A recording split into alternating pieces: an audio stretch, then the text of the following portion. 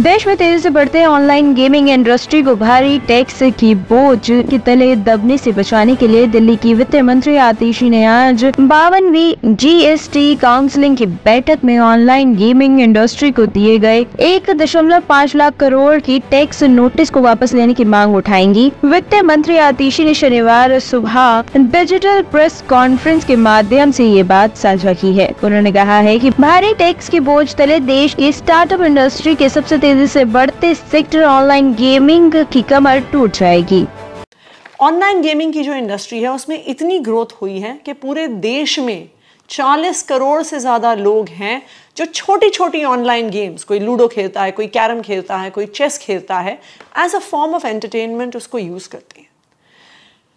Online gaming को एक sunrise sector Indian startup sector का माना जाता है, लेकिन जीएसटी काउंसिल ने रिसेंटली डिसीजन लिया अपनी 50th काउंसिल मीटिंग में, 51st काउंसिल मीटिंग में उसको रैटिफाई किया और ऑनलाइन गेमिंग सेक्टर पर 28% जीएसटी लगा दिया।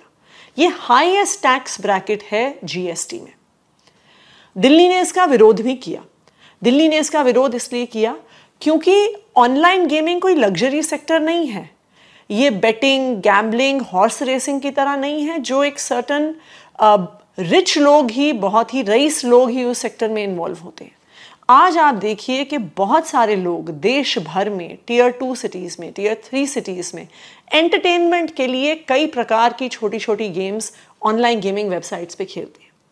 दूसरी बात, अगर एकदम से एक इंडस्ट्री में 28% टैक्स लगा दिया जाता है तो उस इंडस्ट्री को बहुत ज़्यादा इम्पैक्ट पड़ता है। अगर जो लीगल ऑनलाइन गेमिंग इंडस्ट्री है उसको हम इतना ज़्यादा टैक्स करेंगे और वो इंडस्ट्री उससे ख़त्म हो जाती है, बहुत सारे स्टार्टअप्स बंद हो जाते हैं। So we are also opening ourselves out to the illegal online betting and gambling industry. लेकिन फिर भी जीएसटी काउंसिल ने ये डिसीजन लिया। अच्छी बात यह थी कि जीएसटी काउंसिल ने यह भी डिसीजन लिया कि हम 6 महीने के अंदर अंदर 28% के टैक्स को रिव्यू करेंगे। अगर इससे इस सेक्टर में बहुत ज़्यादा डाउनफॉल आई है तो उसको रिकंसिडर करेंगे।